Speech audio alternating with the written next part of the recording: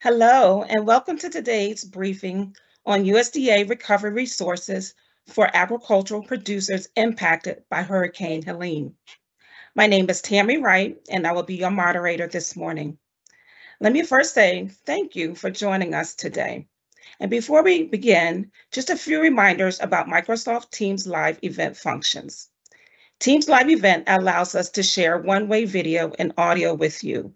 If you would like to turn on closed caption, select caption/subtitles on in your video controls. If you need to pause the meeting, click the pause button found in the lower left corner of your screen. You can then click the button again to play from where you left off or jump to real time by clicking live, which is located next to the play button. We are recording this session in case you experience technical difficulties. And for any people who are unable to attend today's event, we will make the recording available on farmers.gov/hurricane in the next few days. We will also be posting in the announcement section of this briefing. We will have a chance to answer questions after our remarks. To ask a question, type your question in the compose box at the bottom of the Q&A pane. Then click on the arrow to submit. Now, if you prefer to ask your questions anonymously, your name will be optional and you can leave it blank. Then select Post as anonymous before you send your questions. Now, please join me in welcoming Robert Bonney, Undersecretary for Farm Production and Conservation, which oversees operations of the Farm Service Agency, Natural Resources Conservation Service, and the Risk Management Agency. Mr. Undersecretary. Thank you very much. Good to be with all of you all this morning. Our thoughts and prayers continue to go with everyone that's been impacted by this horrible hurricane. Want to have this call this morning to tell you what USDA has been up to in response to the hurricane. And we expect many of these calls going forward because we think interaction with all of you, our stakeholders, is going to be really, really important. Let me just tell you a little bit about USDA response. I'll tell you broadly about some of the things we're doing, and then I'm going to hand it over to others. So just a little bit on our USDA response. We're coordinating closely with FEMA. We have USDA staff that are embedded with FEMA. We also have about 2 incident management teams that are helping clear roads, mostly Forest Service staff. So on the response right now, USDA has north of about 200 folks involved. Obviously, we know for folks in agriculture and forestry, recovery is going to be where we have the most interaction, and it's where we're going to need to be with you most closely in the weeks, months, and years ahead. We know this is going to be a long haul. We're here to be with all of you for that long journey. So let me just talk a little bit about some of the things we're doing, and then I'm going to hand it over to others. So first, in everything we do, NRCS, our risk management agency, Farm Service Agency, we're looking for ways that we can streamline, that we can make, that we can enhance our flexibility to get folks in, that we can look for ways to reduce barriers, whether it's calculating losses or other things, to make it easier for folks to take advantage of our programs. You see the slide up right now for staffing. Not all of our offices are open right now, but we're working hard to get them up and running. We know when all the offices are up and running that there's going to be significant demand for our resources. Therefore, we're going to do everything we can to surge staff into those offices to make sure that we can keep up with that demand. Let me stop there with my comments. I'm going to turn it over to the chief, and then we're going to make some presentations. We'll be back with you to allow for some question and answer. Again, we appreciate all of you all being here. This is one of many weekly calls that we'll have going forward to help in response to the storm. Let me turn it over now to Chief Cosby. Thank you, Undersecretary Bonney, and good morning, everyone. I want to talk a little bit about the Natural Resources Conservation Service and some of the services that we'll be offering during this time. we really pride ourselves on our conservation technical assistance programs, and this can be provided to assist impacted communities by providing technical information and to help them repair damaged farms and ranches in the wake of a natural disasters. We have a number of conservationists out there, technicians, and they're there to offer advice on covering and protecting exposed soils, improving soil health, directing floodwaters away from areas vulnerable to erosion, preventing future erosion, and preventative wildlife measures, and a lot more, folks.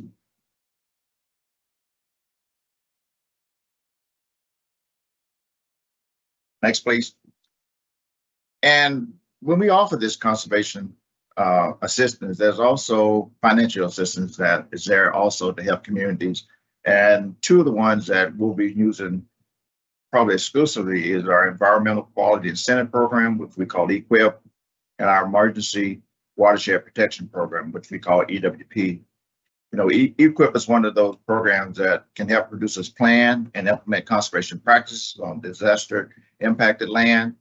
We offer a number of practices, but these practices can also address immediate soil erosion protection, minimize noxious and invasive plant proliferation, protecting water quality, restoring livestock infrastructure necessary for grazing management, especially when you get in these areas where fence is needed, emergency animal mortality management. And I know that's been popular in some of the areas where we have, turkey houses or chickens.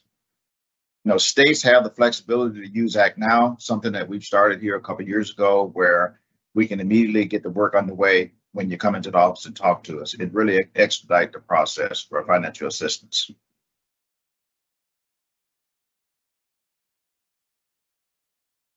And then talk a little bit about EWP, which is really helpful out in a lot of the communities.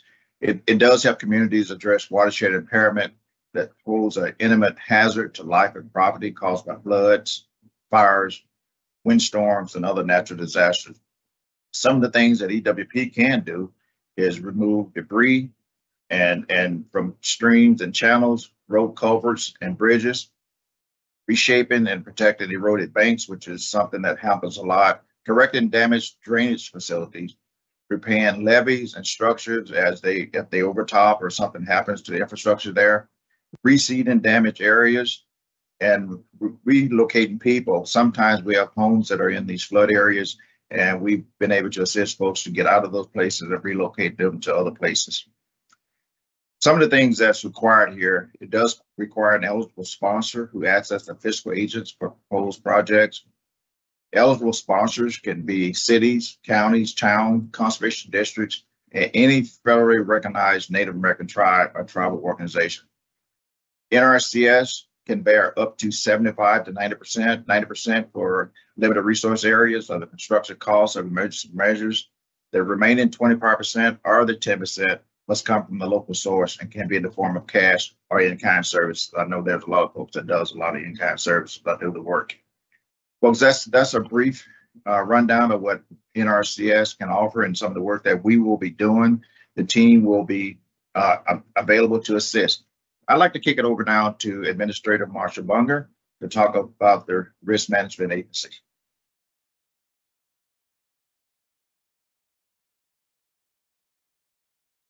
Thank you, Chief Osby. As many of you know, RMA administers the Federal Crop Insurance Program. We know that many crops that are covered by crop insurance have been impacted by Hurricane Helene. So I want to go over a few important points as it relates to crop insurance. Most importantly, producers, farmers, commodity growers with crop insurance should report losses to their crop insurance agent. We recognize the need for flexibility, and we're extending that normal 72-hour period that producers should try and reach out as soon as possible to get the claim process going. Insurance providers, also known as AIPs, approved insurance providers, have assured us that they are ready.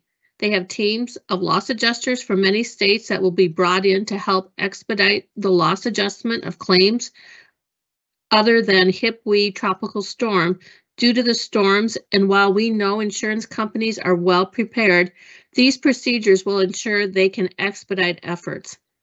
The AIPs, the companies have handled many hurricane events in the past several years and have an established action plan in place, which get implemented when an event occurs.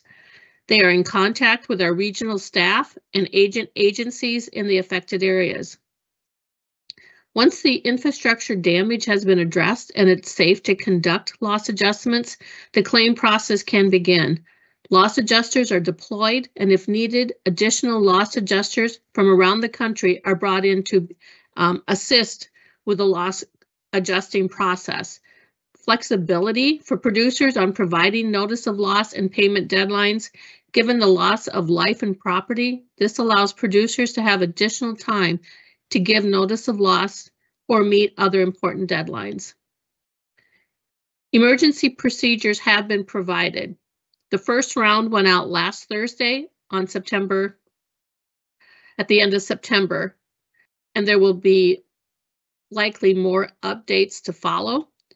And what these emergency procedures have allowed is that it simplifies the claims adjustment process for multiple crops. It allows reported acreage certified to be used as determined for claim purposes, reducing some of the burden of on-site field determinations. It waives appraisals in situations where the crop will not be harvested due to extensive hurricane damage. It simplifies loss adjustments when the crop has been adulterated or has zero market value due to floodwaters. In addition, I would like to comment, we know infrastructure is damaged, roads, homes, post office, financial institutions. If policyholders have not been able to reach their crop insurance agent, please contact your approved insurance provider, otherwise known as AIPs, your company. If you're not sure who the AIP is, please reach out to the RMA regional office. We will help you figure out who your AIP is so that we can make sure that there's no delays in filing your notice of loss. In addition, I want to talk just briefly about hurricane, otherwise known as HIPWE, tropical storm coverage. In addition to the multi-peril crop insurance policy, many producers have an additional hurricane tropical storm endorsement. This is an index-based policy, and we use data from NOAA to determine when payments are triggered. So there is no loss adjuster that needs to come out for the HIPWE or tropical storm endorsements. And payments are often made in the matter of weeks, but again, we need to be sensitive to what has occurred in Asheville, North Carolina. Those folks are in our thoughts and prayers as well at NOAA as we await information for the hurricane and tropical storm endorsement to come in. In addition, you can find crop insurance and disaster information available on our RMA website. At this time, I would like to turn it over to Scott Marlowe at FSA, Deputy Administrator for Farm Programs. Thank you.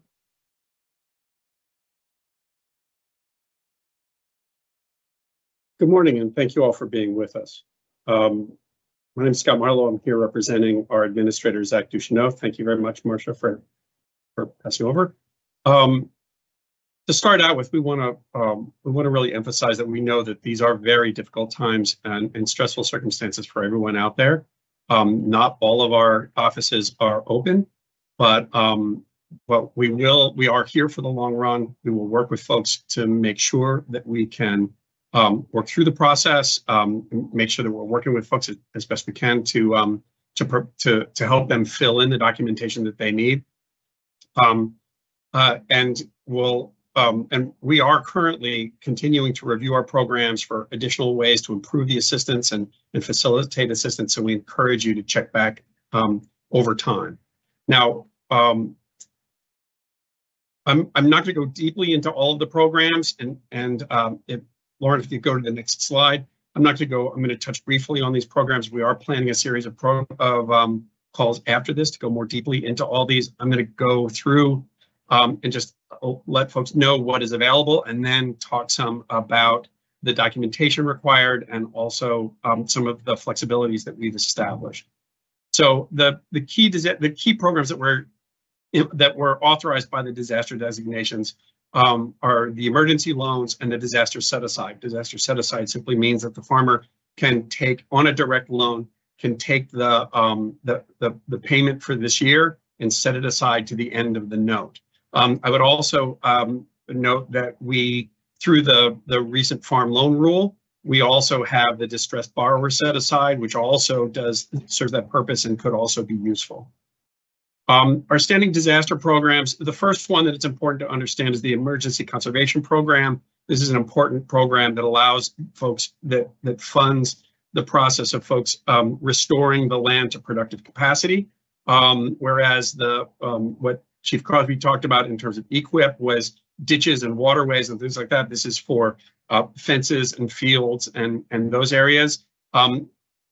Parallel to that, the Emergency Forest Restoration Program provides similar funding for private forest landowners to also clean up the damage that's in forest lands. This is going to be I will talk about this in just a minute when we talk about record keeping, but the documentation of what folks do to clean up the land and we know that folks are out with chainsaws is really important to make sure that folks can get the full assistance that they deserve. The Emergency Assistance for Livestock, Honeybees, and Farm-Raised Fish, ELAP. The main thing that is at play in ELAP for this hurricane is that we have authorized transportation assistance. That is, if farmers are taking on additional costs for either moving feed to their livestock, moving their livestock to feed, or hauling in water for their livestock, if they are taking on additional costs there, that can be covered under ELAP. The Livestock Indemnity Program is for the mortality of animals, of their livestock. I would note, I know it's a concern that's come up, there are provisions under Livestock Indemnity Program for contract producers, for folks who are producing under a production contract. And again, this is a place where we will work with folks to put together we know that their records have been swept down, may have been swept away, may have been destroyed in the hurricane. We will work with folks to put that together. The Non-Insured Crop Disaster Assistance Program, that's a program that is similar to crop insurance as an insurance product, but it is for crops that do not have a crop insurance available. And then the Tree Assistance Program is for situations where the trees, not as products, but trees as the means of production, so orchards or things like that, where the trees have been destroyed.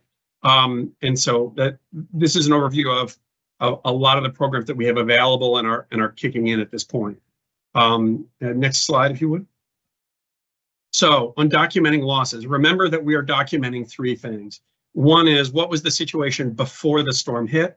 What is the situation now? And the third is, what are the actions taken to clean up from the storm? What are the costs incurred? What are all the things that you're doing in the cleanup? I really heavily encourage folks to get a hold of a notebook or something like that, where you write down all of the conversations that you have, all of the things that you do. We know that these are extremely stressful situations. Folks going through a hurricane, it's really hard to think straight and to remember things. We really encourage you to write down all of the conversations you have, all of the assistance, all of the types of assistance, and to write down notes on what you're doing at the time. You'll be at this point wanting to pull together whatever records that you have available to you, your farm records, herd inventory, receipts. Especially want to make sure that you're taking pictures of all the damages or losses to the best that you can. It's helpful for those to be time-stamped. In situations where you don't have timestamp photos, don't have receipts and things like that, we can use third-party verified statements as a backup if that's necessary.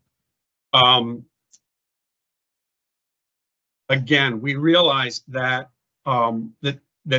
records may have been lost. These are extremely difficult times. We will work with you. We encourage you, even if you don't have, you've had the loss of records or you've had some of the documentation destroyed, please come in and come see us and talk to us regardless, and we'll work with you. Next slide, please. I'm going to quickly go through some of the flexibilities and waivers that we've done on this hurricane. ECP and EFRP are both authorized for implementation in Alabama, Florida, Georgia, South Carolina, North Carolina, Virginia, Tennessee, and West Virginia. We've authorized a waiver of on-site inspections for non-engineering practices. Non-engineering practices are basically surface level; they don't go below the plow line, and that includes things like cleaning up debris from cropland or pasture land and restoring fences. Under ECP, prior approval is never required in cases where there's an emergency threat to life or property. But we have also waived, in addition to that, we've also waived the prior approval required for surface debris removal, fence repair, and hazard tree removal. So even if folks have not gotten prior approval for those practices, as long as they keep documenting them, they can bring that in and be eligible for ECP. Under ELAP, as I said before, we have authorized the transportation assistance for an additional cost for transporting either feed to livestock or livestock to feed, and the transportation of water to livestock. Under the Conservation Reserve Program, we've authorized emergency haying and grazing of CRP acres in primary or contiguous disaster designated counties to address the issues of feed. Under NAP, the Non-Insured Crop Disaster Assistance Program, we've authorized a waiver of the 72-hour notification requirement for hand harvested crops. And we've also provided additional time to file a notice of loss with FSA. Under marketing assistance loans, we've also established extended periods of time, both for farm stored commodities to be delivered to the CCC, or for a buyer to repay the marketing assistance loan with sale proceeds, and have postponed the all of the procedures following up on marketing assistance loans. And finally, on our farm storage facilities loans, we've authorized a one-year installment deferral similar to the disaster set-aside for farm storage facility loans. With that, I'd like to hand it back to Tammy, and we can facilitate whatever conversation. Oh, I'm sorry. I also have where to get information from here. My apologies. Obviously, the first place to go for information is your local office.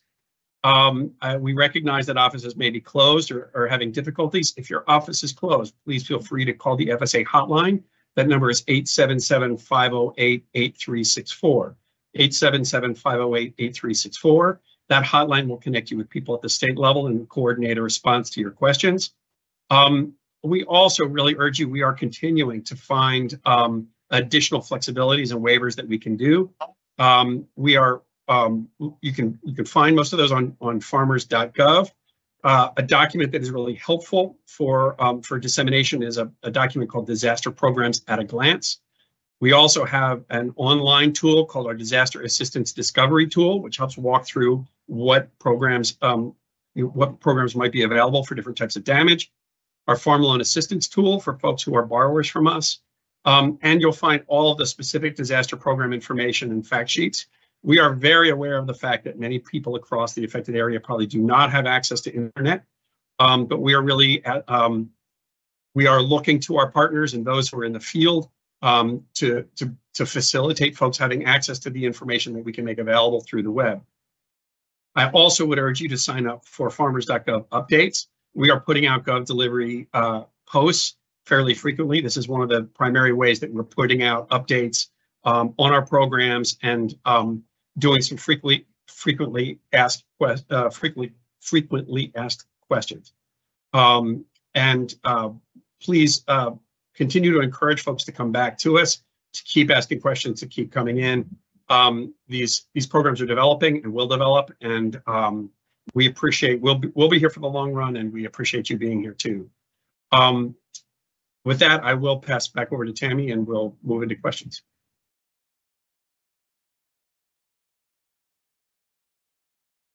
Thank you, Scott, and thank you to Undersecretary Bonnie, Administrator Bunker, and Chief Cosby for your remarks. We will now move to the Q&A portion of our briefing. Mr. Undersecretary. All right, thanks everybody. I want to emphasize something Scott just said, which is we're going to be as flexible as we can going forward. But as we learn things from the field, we're going to try and adapt and work with all of you, our customers. So I want to start with a question. There's a question in the chat, the Q&A about the emergency watershed program.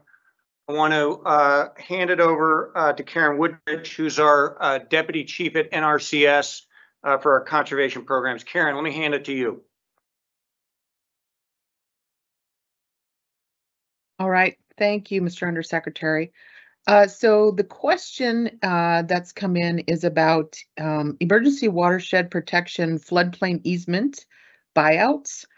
And my response there is we are looking at all options when it comes to EWP, including floodplain easements and the buyout. What we need to do is, of course, EWP requires an eligible sponsor. So in all situations, floodplain easements are an option. We just need to work through with the sponsor to find out if it's applicable to that particular situation. So the question about is it available? Yes, it will be available. We just need to work through the details with each and every sponsor as they come in, as each of those situations is very specific. So we're trying to open all doors and remove those barriers and try to get the help that we need.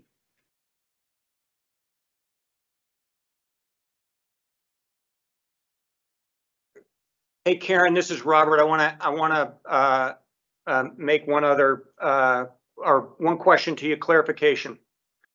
Our expectation is, our hope is that Congress is going to do some type of a disaster legislation around this. Over the long term, we're going to need that for executing EWP out in the field. Isn't that correct? That we're going to need additional resources from Congress if we're going to be able to meet the demand? That is correct. Okay, so just so we know that, there's I want to go now to a question that I think was asked about EWP, but I think it's a question about the Emergency Conservation Program. Scott, I want to come over to you. It has to do with, you know, removing hazards and things immediately and still being eligible for the program. So Scott, you talked about this a little bit, but maybe you can mention it again. And thank you, Undersecretary. I think it's both EWP and ECP. We have concerns about the larger scale issues of, you know, having to clear out waterways, some of them more engineering based practices. We understand that folks are very concerned about it. Especially as we see the possibility of additional hurricanes coming through. And I know that folks are concerned about additional storms. We're looking as hard as we can at the flexibilities. As I said, in ECP at least, we have already established the flexibility of not requiring prior authorization and not requiring the inspection on practices that do not disturb the soil, that, you know, that surface, you know, that's surface clearing, clearing of trees, fence removal. But we are currently looking at other situations. What the big picture lesson that I want to push out here is document everything. Document, so that, you know, we never know, as the Undersecretary said, there may certainly be you know, Congress may act. And there may be additional assistance that comes online. It's important that things are documented, even if there's not anything lined up right now, because of what may come later. So just documenting everything, and we will do our best to work with folks to get folks in.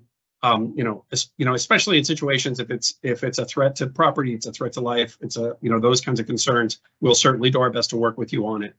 Let me hand it back. Or if someone from NRCS wants to speak to the EWP.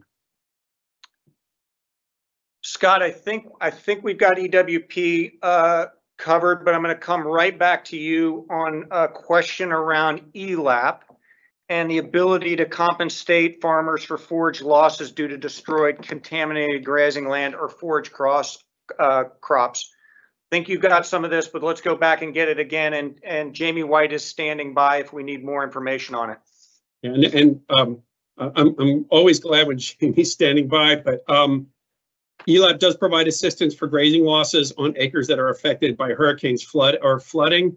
ELAP also assists with feed purchases that you have to do that are above the normal because of the loss of harvested or purchased forage. So yes, again, I would go back to document everything that you're doing, and we'll work with you to figure out where it fits and where it goes into the programs.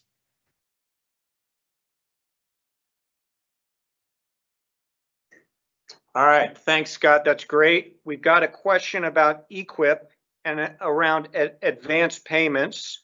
So Karen, let me turn it to you and to respond to this on EQIP.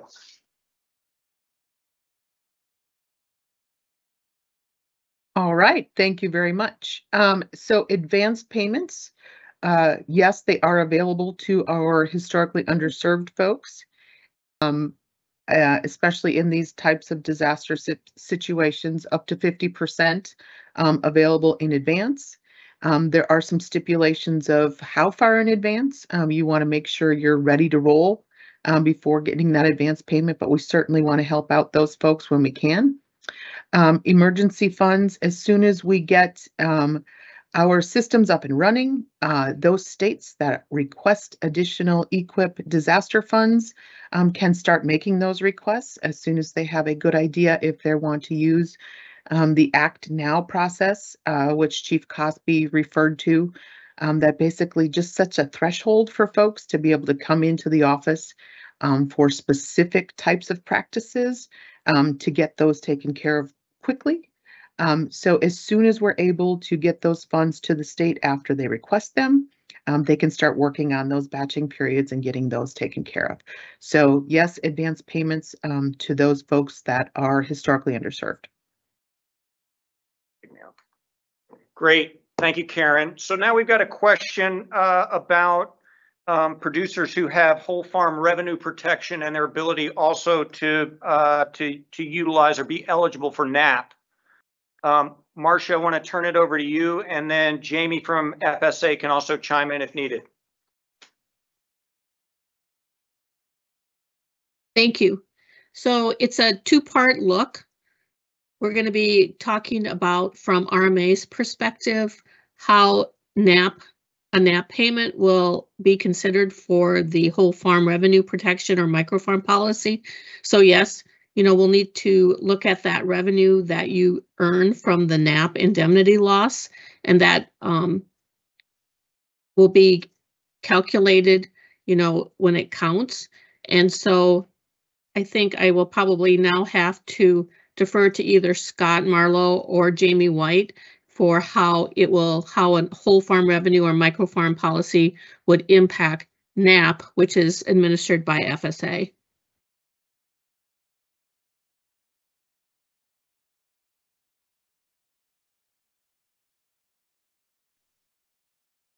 Scott, if you would like, I can assist with responding to that Jamie, question. Go ahead, Jamie. Go ahead, Jamie. Certainly. Yes, the Non-Insured Crop Disaster Assistance Program does provide coverage for losses in cases where there would be a specific application for coverage in place prior to the disaster event. And NAP does provide assistance for production and/or quality losses. So at this point in time, FSA would typically calculate that assistance for that production and/or quality loss in close time proximity to when the loss was occurred, and that information or the indemnification received under the Non-Insured Crop Disaster Assistance Program then could be considered as part of the revenue and calculation of the whole farm revenue indemnity as applicable.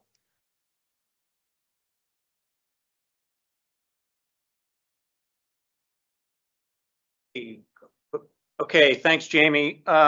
Scott, I think want to make one clarification about NAP. Let me have you chime in, and then I'm also going to keep it with you on oyster and clam farms, whether there are opportunities there at FSA, and then we'll ask Marcia to chime in as well. Thank you, Robert. I just wanted to be clear that NAP is insurance, basically an insurance product similar to crop insurance, where crop insurance is not available, and therefore NAP is not a post-event program. It is something that you sign up for in advance. And so as Jamie said, it then becomes part of income that gets considered if a person has whole farm revenue crop insurance. We do have some benefits in ELAP for losses of oysters and clams, farm-raised fish. There is also coverage under NAP for oysters and clams if they had an application for coverage in place already. So we do have some. So ELAP is the, if they did not already have NAP coverage, ELAP is the place to look for the assistance for oysters and clams of farm-raised fish. Scott, great. I'm coming right back to you in a second, but Marcia, to you, anything you want to add on products RMA may have for oysters, clams, or other aquatics? Yes, so RMA does have crop insurance for some aquaculture products, but it's important to remember that that policy had to have been purchased by the sales closing date before the event.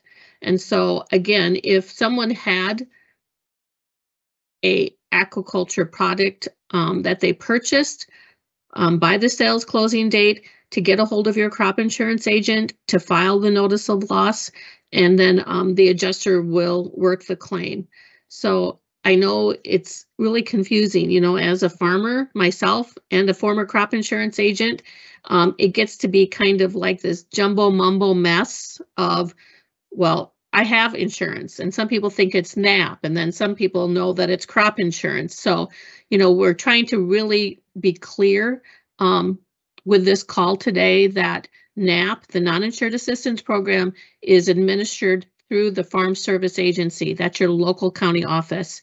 Whereas if you have a crop insurance policy, a whole farm policy with RMA, with an AIP and a crop insurance agent, that's a different type of notification. So again, we're here to help, and we're going to continue to be here to help, and just make sure that people understand the difference.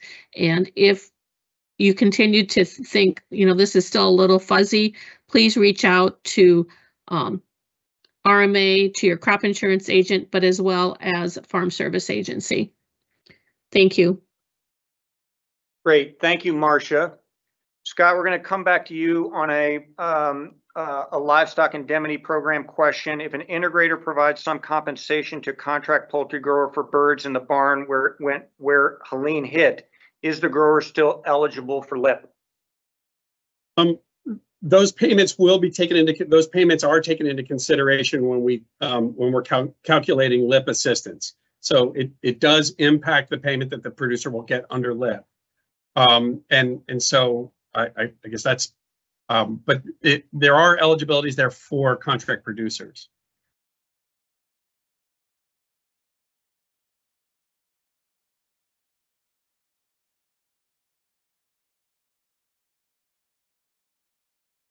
Great, thanks, Scott, for that. Chief, I'm going to come to you to talk about sort of implementation issues related to the Emergency Watershed Program.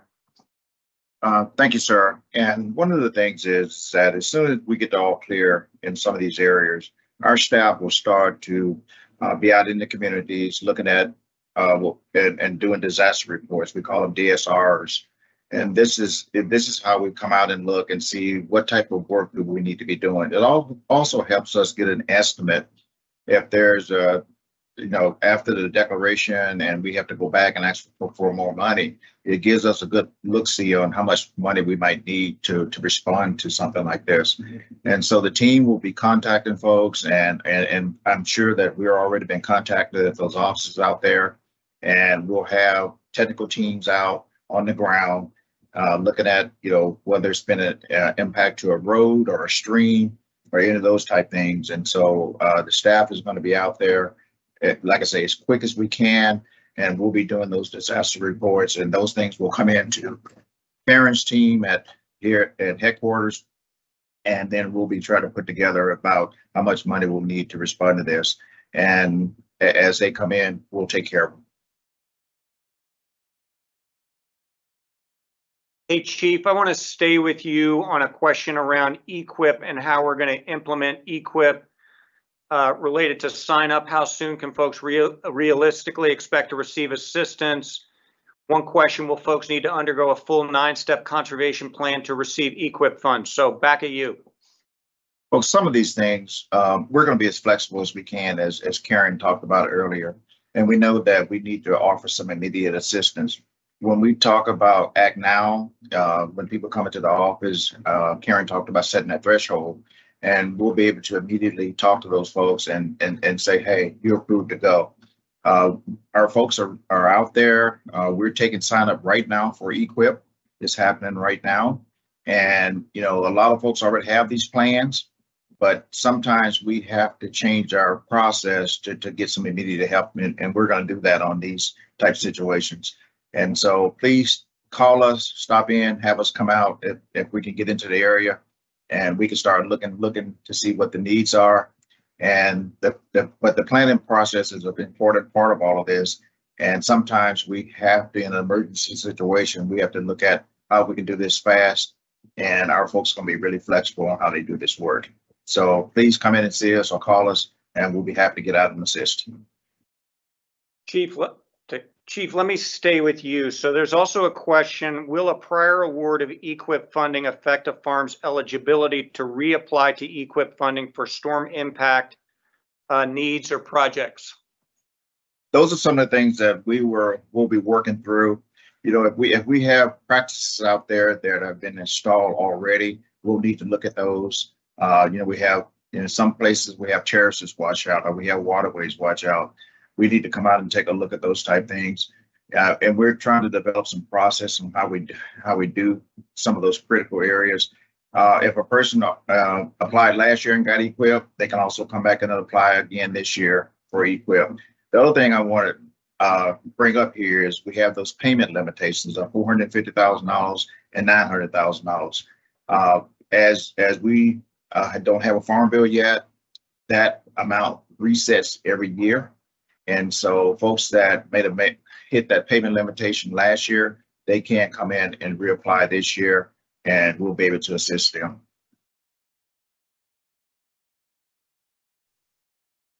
Okay, great, Chief. So just to reaffirm, there's going to be more flexibility there with respect to those payment limits because we don't have a farm bill. Yes, sir. And at October 1st, we started taking signups for this fiscal year.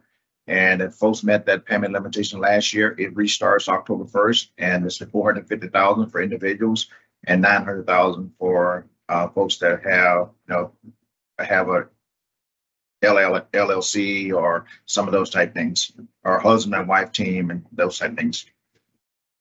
Great. Thank you, Chief. So Scott, I want to come to you to talk about some of the farm loan options, both emergency loans and some of the other things FSA has been working on that might be helpful. Thank you. And we wanted to be clear that, and thank you. While we do, the disaster declaration did make emergency loans available, and we understand that a lot of folks are not wanting to take on additional debt at this time, but we do have other options that are available for folks who have especially direct loans with us, but within our farm loan programs. The disaster set aside allows a person to take the upcoming payment and move it to the end of the note. It does not extend the term of the note. It makes it concurrent with the last payment. Also, we recently, with the farm loan rule that became finalized and came into effect on September 25th, we have the distressed borrower set aside, which provides a reduced interest rate for a distressed borrower to set aside one payment to the end of the note, and it has a lower interest rate for that set aside. We just know that for a lot of folks, being able to address that payment coming up and just get it off the table, freeing up some of their cash at this point, and getting that off their plates can be a real can be very helpful. And not have to worry about that as time goes on.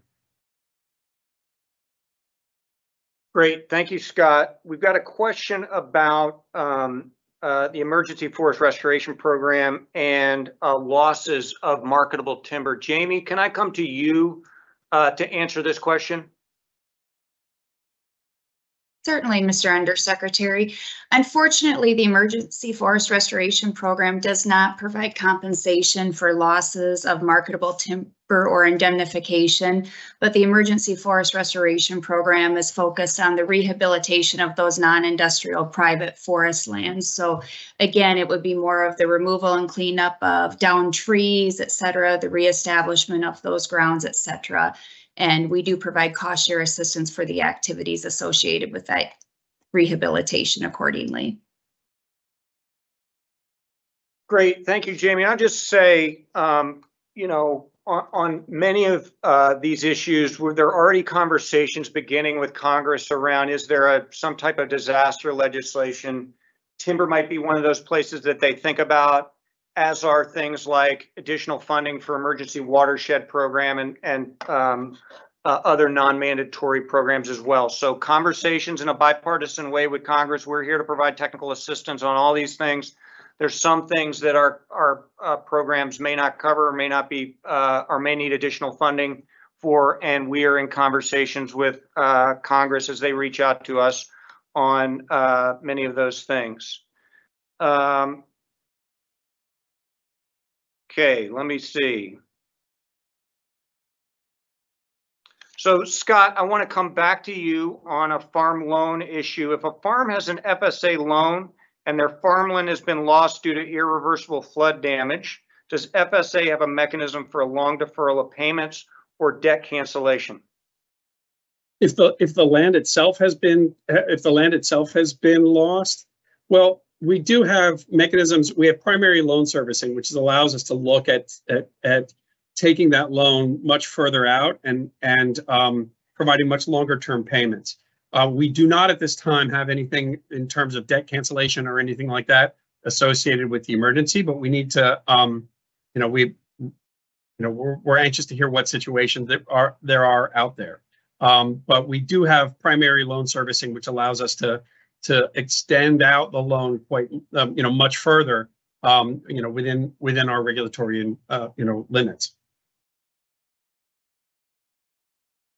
All right, Scott, I'm going to come right back to you for an ELAP question. Just to clarify, are there any qualifications to qualify for ELAP? Specifically, do farms have to be in NAP to qualify for ELAP? Also, if farms are not registered with USDA FSA before the disaster event, would they be eligible for programs moving forward? So for ELAP, no. There is not a requirement that they are already participants in NAP to qualify. And we do have new farmers, our folks in our offices are standing by and ready to assist new farmers who have not been in the system to come in, be able to document the losses, be able to document what's going on, and work through that process. But registering the farm with FSA, updating all of the information, getting a farm number, that process has to happen before the assistance can take place, but you don't have to have already done that before coming in. All right, great. Thank you, Scott. I'm going to ask Karen Woodrich to come back in and talk a little bit with a little more detail about prior practices and EQIP. Great. Thank you, Mr. Undersecretary. Just wanted to add to what Chief Cosby was mentioning before about prior EQIP contracts. For those folks that might have an existing EQIP contract that is still ongoing, maybe you haven't completed everything, maybe you didn't even get a particular practice 100% completed, and it has failed because of these storms, you are eligible to come back in and simply reapply for that failed practice. So we can put that right back into your contract. If you built a fence and it got washed out, we can pay for that again to be rebuilt, knowing that your contract is still active. And then just another re-emphasis on if you have a contract that's already completed, it does not impact your ability to reapply again for new practices for those same additional practices. So just wanted to make sure folks understand there's a couple different options to pursue. Great. Thank you, Karen. So we've got a question. What do you do when the local FSA cannot be contacted due to the effect from the hurricane? I've been unable to reach my area coordinator. So let me just reiterate, we've got a Farm Service Agency call center. The number is up 877-508-8364. We also have information on www.farmers.gov. I'll just say more broadly on our offices, we've got an incident management team that's working to open up those offices as quick as we can. But let me turn to Scott and see if he wants to add anything to that. Thank you, Undersecretary. I would add a couple of things. One is that any office can help someone. Any office has access to it. So if your local office is not there and you have access to a different office that might be open, they can help you. They can provide you with information in addition to the call center. So, you know, we really try to have no wrong door. The second thing that I would say is we really want to acknowledge this is an extremely difficult situation throughout the region for people on both sides of the counter. So we are here for the long term, and we will be working with people over time. We understand very much so the sense of urgency and getting some of these questions answered and getting money flowing and getting the signups going. But we also would hope that folks will basically have some grace on both sides of the table as folks are all going through this really difficult situation together.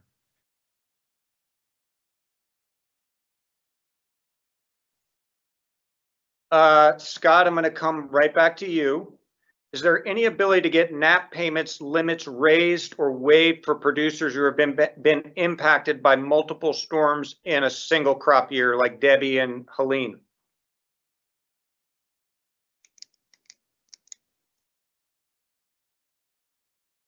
We will absolutely look at that. We have, you know, we understand that there are a lot of places that are getting that kind of, are getting that kind of multiple injuries.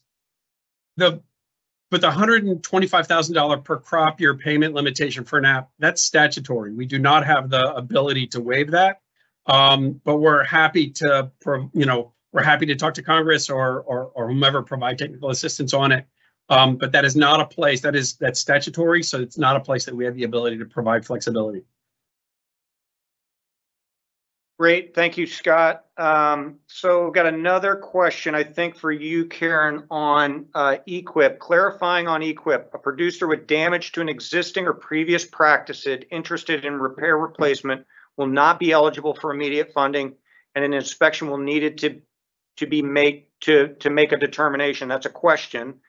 If so, would you recommend a grower in this situation filing a new expedited application under Act Now? Yeah, great question. My best advice for you there is talk to your local field office, your local conservation district.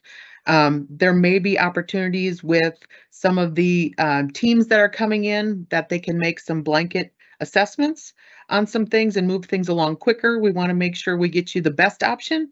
There might be a couple different paths you can take, but I would talk to your local folks to make sure we get you the easiest, quickest, best path forward. All right, Scott, another one for you on the Emergency Conservation Program. Will there be funds available for or contracts to reach out to small farming operations for help in tree removal, fencing, equipment rentals, etc.? So we've done we have over the last couple of years done extensive work to create cooperative agreements on a range of our programs for folks to help sign up, to help people access our programs, to help people navigate situations like these. We do not, however, direct people to specific contractors or others to do the work or to line up doing the work in that way. And so that's, so we, there isn't a place to say, here's who to call to get that work done. Thanks, Scott. I'm gonna go back for one final question to Karen, and then I'll go around the horn to wrap. Karen, for you, what are the exigency provisions under EWP? Many roads are threatened due to landslides. We need to act quickly to keep things from getting worse. Yes, Excellent question again, too. Exigent versus non-exigent in EWP. We use 10 days as what we use for exigent projects. The main thing to keep in mind is we are not in the rescue phase, so we want to make sure that it is safe for folks to get in to do those damage assessments. And we are working very closely with FEMA and with other agencies to make sure that we have a coordinated effort for response. Agree, we don't want things to get any worse than they are. Our non-exigency projects are those that can be repaired within 220 days. But again, 10 days, that means getting contractors, getting in, getting the debris removed. So we want to make sure that areas that we go into, we have sponsors that are ready to roll, and we can get things taken care of quickly. Great. Thank you, Karen. I want to thank everybody for participating in today's call. I want to go around the horn just one more time, first with you, Chief, then Marcia, then Scott. Just any final words you want to provide folks before we sign off. Chief. Yeah, thank you, sir. And just thank you, sir. And just to let everyone know that, in most counties, FSA and NRCS are there together. So when you come in to see one of us, we're both there in the same office in most situations, almost all situations. So please come in and see us. And we're the agency that if you need us to come out and take a look, we can get out as long as it's safe for our folks to be in those areas. Folks, we really want to help here. We want to provide great assistance because we know there's a lot of pain and suffering going on in these areas. So please use our staff. The local staff is there to assist, and then Karen and her team here at headquarters will be working very closely with the states to make sure these programs are seamless and that we can get the assistance that folks need rapidly. So, sir, I'll stop there. Thank you, Chief. Marcia, let me hand it to you for some final thoughts. Thank you, Undersecretary. For those on the call today, our sister agencies, NRCS and FSA, have a plethora of assistance available to you. And some of it is probably going to take a little bit more time. I can't stress enough that if you do have crop insurance and you haven't contacted your crop insurance agent, or if there's agents on the line, please maybe start reaching out to your book of business. This is going to be the quickest way for the producers that have crop insurance to get some very much needed funds so that they can start possibly helping their families, also start looking at work that they're going to need to do with cleanup.